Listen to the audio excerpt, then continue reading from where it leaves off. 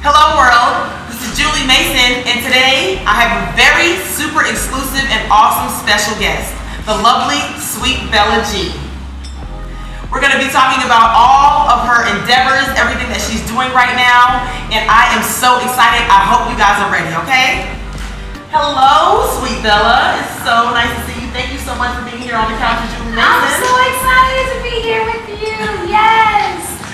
I'm happy. Listen, I'm a fan, to say the least. Listen, I'm happy to be here. So, let's go. Thank you so much for supporting me. Tell me a little bit about your background. Tell me a little bit about the things that you've been doing. I'm here. Originally, I'm from Atlanta, Georgia. I was born in New Jersey, so I'm a little different. But at the end of the day, I'm here to talk about where I came from and where I am today, where I am right now. So, in the beginning, in the Atlanta scene, of course, there's like many options. And with my looks and the way that I am, I started in the dancing scene, and I began to, evolve in that area. And then I got into modeling. So, would you say that was an easy transition for you? From the stage to, the modeling was not an easy transition. It wasn't an easy transition at all. But knowing the people that I know and just already being in the scene already, it was kind of a little bit easier for me, but it still was work. It still was hard work. And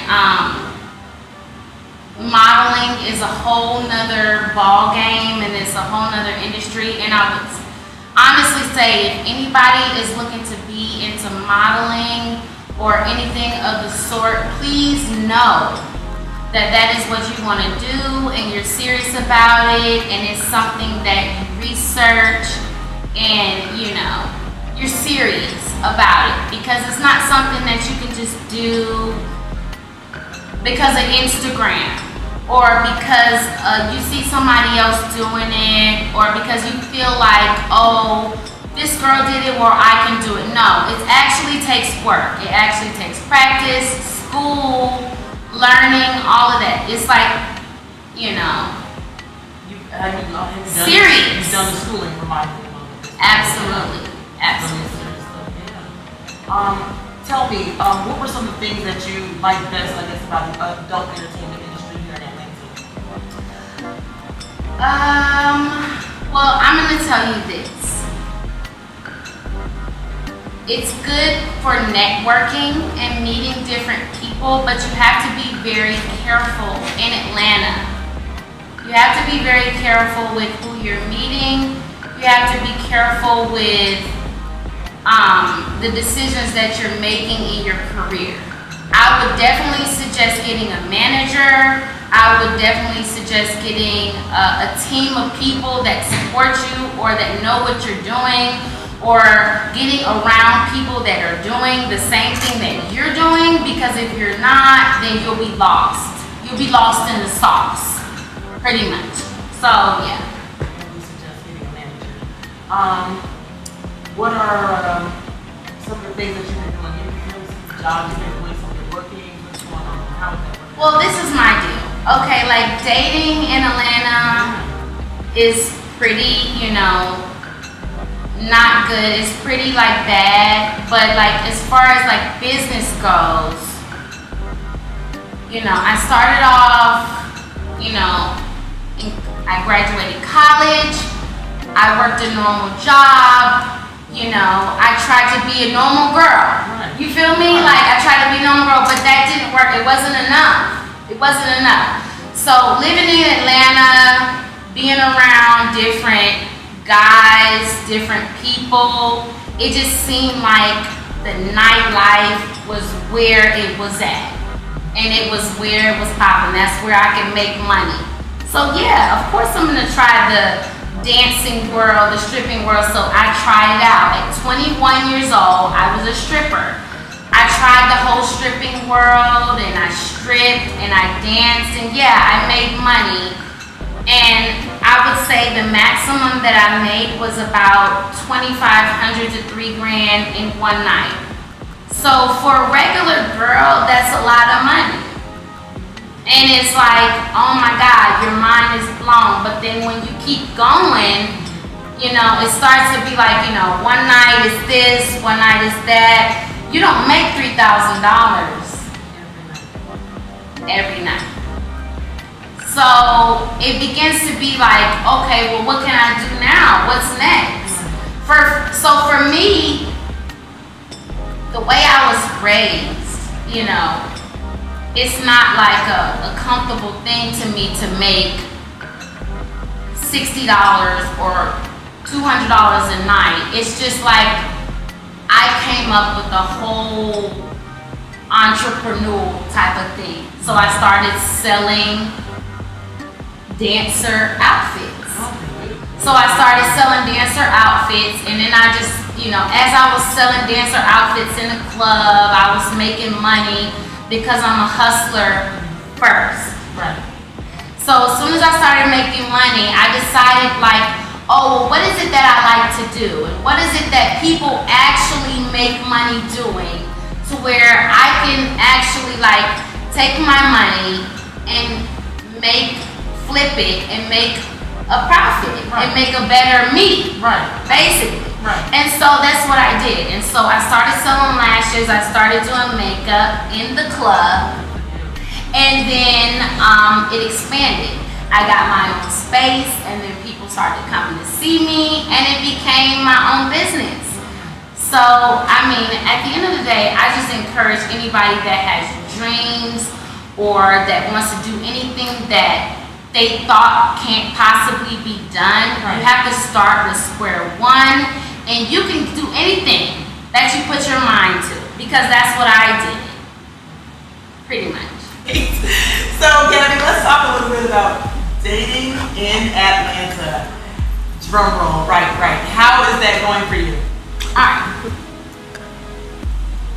Want to have a talk about dating in Atlanta? No, I do. Alright, so, this is my honest opinion about it.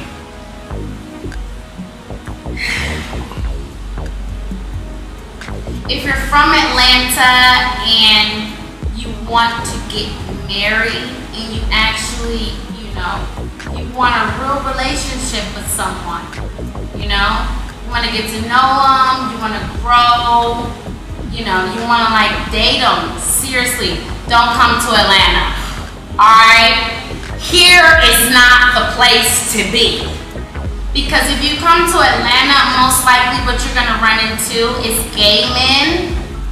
Let's be clear. Alright? Gay men, undercovers, cheaters, liars, pretty much, you know, the worst men in America is in Atlanta. I'm just gonna tell you the truth. I'm not gonna lie to you. I'm not gonna lie at all. At the end of the day, if you come here, don't want to get married, you can raise your children, you can find a nice house in the country, but don't think you're gonna get married and have a happy life with a man that is faithful to you and that is a good father to your kids. Period. And we can move on to the next thing. Because at the end of the day, she knows what it is. Don't you, Julie? I do. Atlanta's definitely different. It's a little different. It is. Let me ask you, because there are many people, Bella, that have come to the city without marriage. They probably met in New Orleans and St. Louis, and then they came here. But as far as like them being here, coming from here, like California, moving here, Memphis, anybody that's moving here, please leave. Because we literally, this is what I want to say.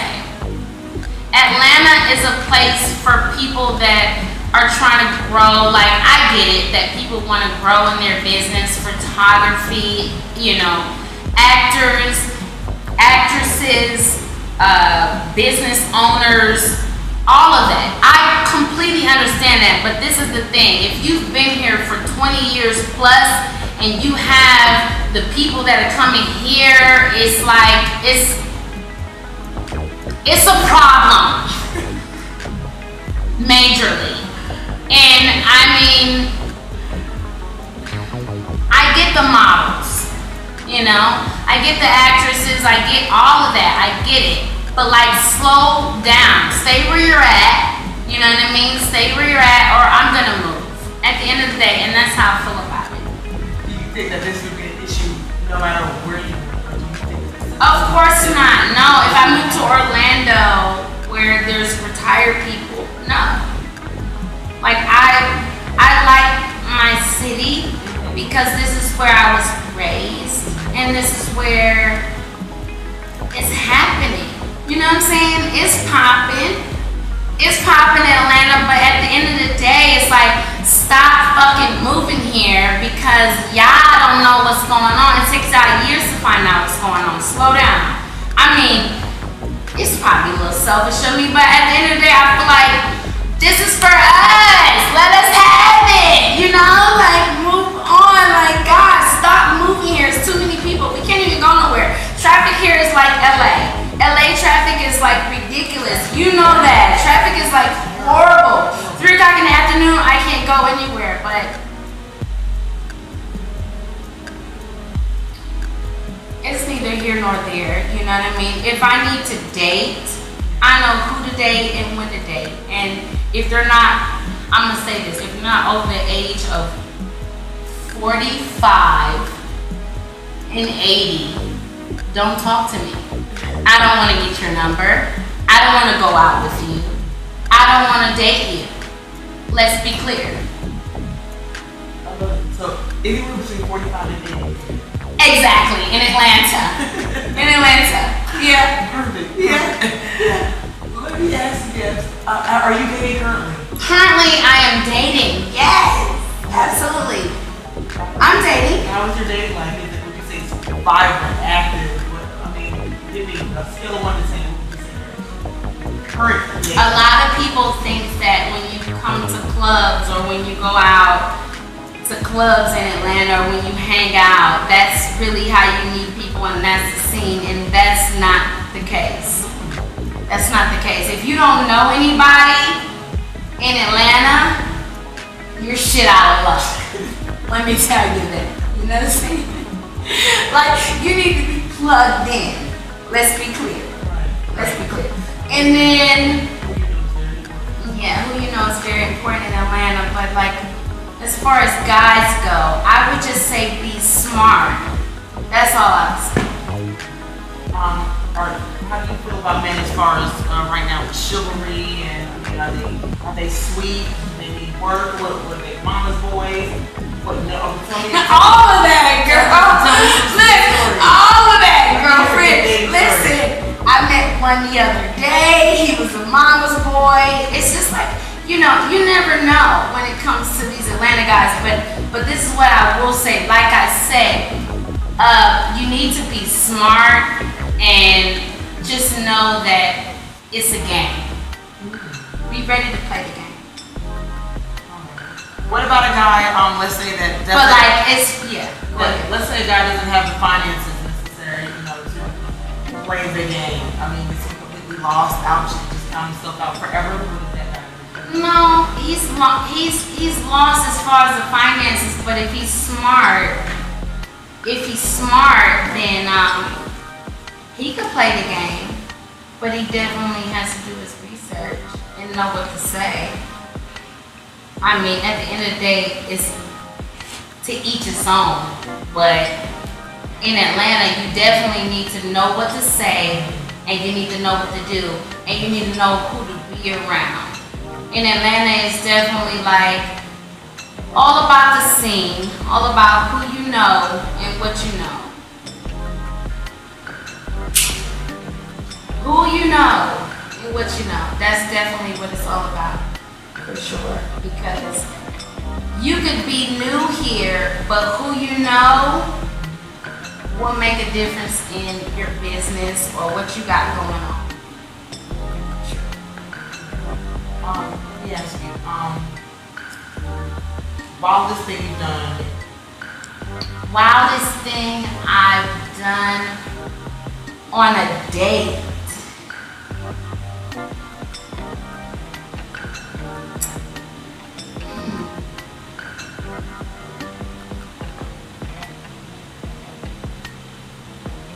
Sucked his dick in the car. Like, I mean, due to the fact of what happened, you know what I mean, prior, like in the car, like I gave him head in the car. So that's something juicy for you. Yeah. Prior is, money was involved. You know what I'm saying? And then it was just like a cool vibe. It was definitely like, we were together, we went out, we had fun. Atlanta's popping. Atlanta's really popping. So if you find the right connection, you find the right people, you together, it's really nice. So we were, popping. So it popped. So it popped. So boom. So,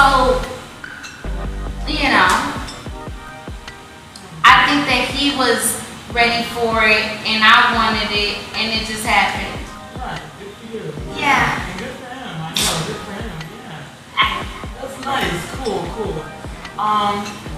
So you gave out an interesting age. You said 45 to 80. I did, and I mean it. And you mean it. And I mean it. Give me the oldest guy you've ever dated, Bella. Give me the oldest. I mean, 80 is octogenarian. Yeah, 80. I would do 80, but the oldest. Not looking 80. I would definitely do 80. Not looking 80, like in a wheelchair, but like 80, like able to move around. So like, the oldest I've ever done is like 56, 60. You find a comfort in dating men that are a little bit older? Not only just a comfort, but like security and then an honesty, a straightforwardness. Like I don't have to bullshit, I don't have to play games, and I don't have to waste my time. You feel like older men are a little bit more honest, or they're not as capable of lying and saying something a little bit younger? It's not that, it's like I feel like because that's not the case. There's still games, there's still lies, there's still all of that. It's just like more of a control thing. I feel like I have control. Oh, you have control. Yeah. Well, the opposite way. No. It's like a control thing because even though, he's older and he's been through it, he knows. It's like, I can still play my game and I can still do what I want to do and still mind my business, but still like keep him happy. If that makes sense. So like that's good for me. Not having to just really just be like, oh my God, report to somebody or be somebody's like, oh, you come home every night and I have to be with you every night. Like, no, I don't have to. I'll just see you when I see you. Right. So it's better with the space. Yeah. And that's what Yes. Do you see yourself ever? Would you marry someone that old or older? That much older? Would I marry him? No. Okay. No. So 45 and 80 is okay to date, but not to actually marry. Yeah. Exactly. I'm not gonna marry him. He's 50. No, I'm not gonna marry him unless he's a billionaire. Why am I gonna marry him if he's not a billionaire? If he's a millionaire, then, but if he's not, why am I gonna marry him? No, I mean, I actually do want happiness. I actually do search for real love. I do want that. So, have you ever dated a married man? yes, I have. How do you feel about that? I feel like he's a loser, you know what I'm saying? He's a throwaway. At the end of the day, he would never be faithful to me, so I don't take him serious. You know what I mean? At the end of the day, all I could do is take it for what it is. Are you saying would you date a married man currently? Depending on the circumstances. Not if he's like newly married, or if he's like married. This is the only way I would date a married man is if he was like old and his wife had cancer. Okay, so something like If he's like regular married, nah, get away from me. I don't need to. You know what I mean? I don't need to do that. But like the only way I would date a married man is if it's like seriously like, oh my God, I'm just like it's done. I'm in a separate area. She's sick. She's dying. I can't divorce her. Yeah. But other than that, what's the point? Unless you're a millionaire or a billionaire, then why am I wasting my time? Otherwise, I'm gonna spend time with somebody who I know I can build a future with. Right.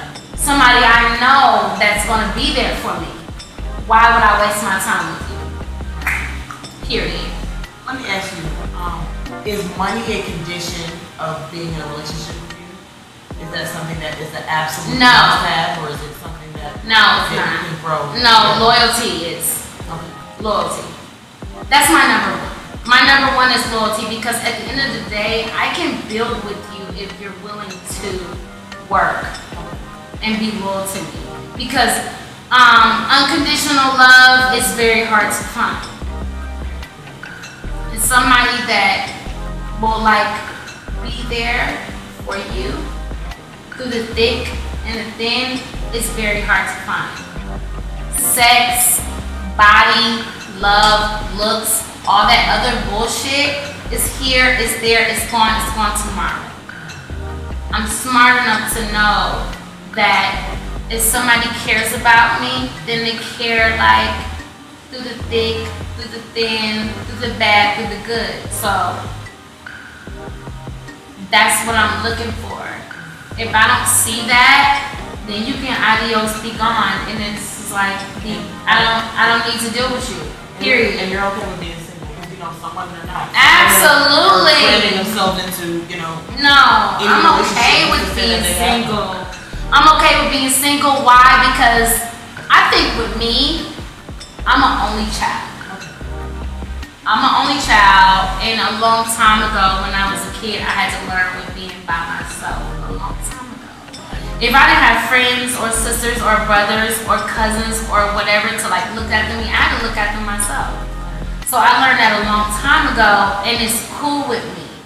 I don't have no problem with partying by myself, doing my makeup by myself, looking cute by myself, going out by myself, strip club, whatever, event, regular, party, professional. I'm ready for it because at the end of the day, I came in this world by myself and I'm gonna leave by myself.